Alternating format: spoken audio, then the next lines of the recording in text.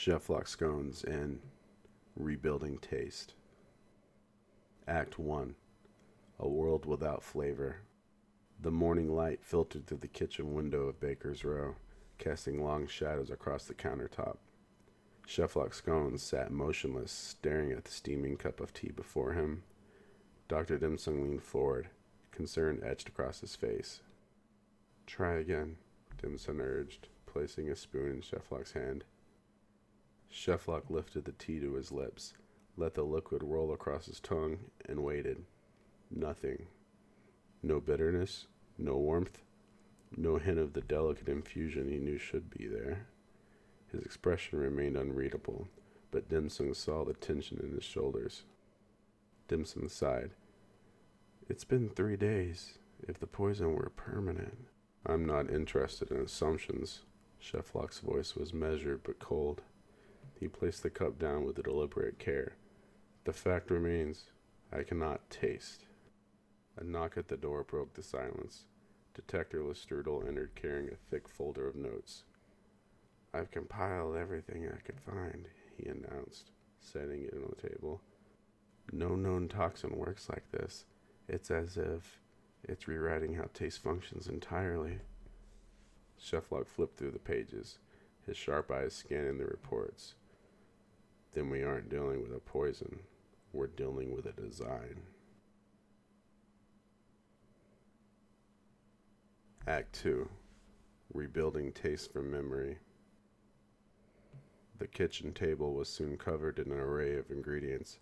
Dimsung had gathered a variety of dishes, savory, sweet, bitter, spicy, each carefully prepared and plated before Cheflock. "If I can no longer trust my tongue," Cheflock murmured, "then I must trust my mind." He reached for a dish of roasted lamb with rosemary, running his fingers over the surface. This should be tender, subtly infused with earthiness, carrying a finish of. He trailed off, frowning. The words were there, but the certainty was not. Dimsung watched as Cheflock mentally reconstructed the dish. He closed his eyes, recalling past flavors, trying to map each sensation in his memory. But when he spoke, it was wrong. "The rosemary's too sharp," Cheflock declared. "It overpowers the lamb." Dimsum hesitated. "There is no rosemary in this dish." Cheflock's grip tightened on the fork. He exhaled, steadying himself. Again. Dish after dish, he repeated the process. Failures piled up. The perfect mind of Cheflock scones faltered against the missing foundation of flavor. Each mistake was a reminder. He was incomplete. And then, a breakthrough. On the next attempt, he lifted a spoonful of vanilla custard and, without tasting, described its flavor with flawless accuracy. Dimsung's breath hitched. "You got it right." Cheflock's eyes flickered with something unreadable. "I still have my mind." Act 3. The missing ingredient. Lestrudel, who had been pacing in thought, suddenly snapped his fingers. "The antidote," he blurted. "What if it already exists?" Dimsung and Cheflock turned to him. Lestrudel continued. "Michelin already doesn't test a poison like this without controlling the antidote. What if someone at the banquet had a counteragent without knowing it?" Cheflock's brow furrowed in concentration. The banquet, the seating arrangement, the order of service. His mind worked through the details at dizzying speed. And then it came to him. "The second course," he murmured. "A dish reserved for select diners, distinct from the rest. I suspected its rarity, but not its purpose." He looked up sharply. "Find that dish." Act 4. The antidote is found, but it's imperfect. Dimsung and Lestrudel worked tirelessly, tracking down records and speaking to banquet staff. After painstaking research, they identified the dish, a saffron-infused consommé.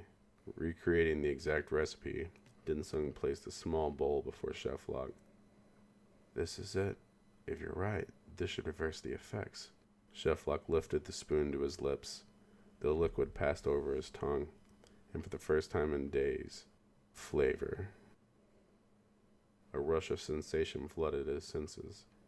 He could taste the warmth, the depth of saffron, the delicate notes of garlic and onion. The relief in the room was palpable. But then it faded. His breath caught. The taste was gone again. Dim Sum's expression darkened. The cure isn't holding. Cheflock closed his eyes, letting the realization settle. The poison's effect fluctuates. My sense of taste isn't fully restored. It will come and go, without warning. Act 5. Setting up the finale. A heavy silence filled the kitchen. Cheflock turned toward the spice rack, running his fingers along the labeled jars. He stopped at a familiar bottle of star anise. He opened it, inhaled. Nothing. He exhaled, replacing the lid. Dim Sum spoke hesitantly.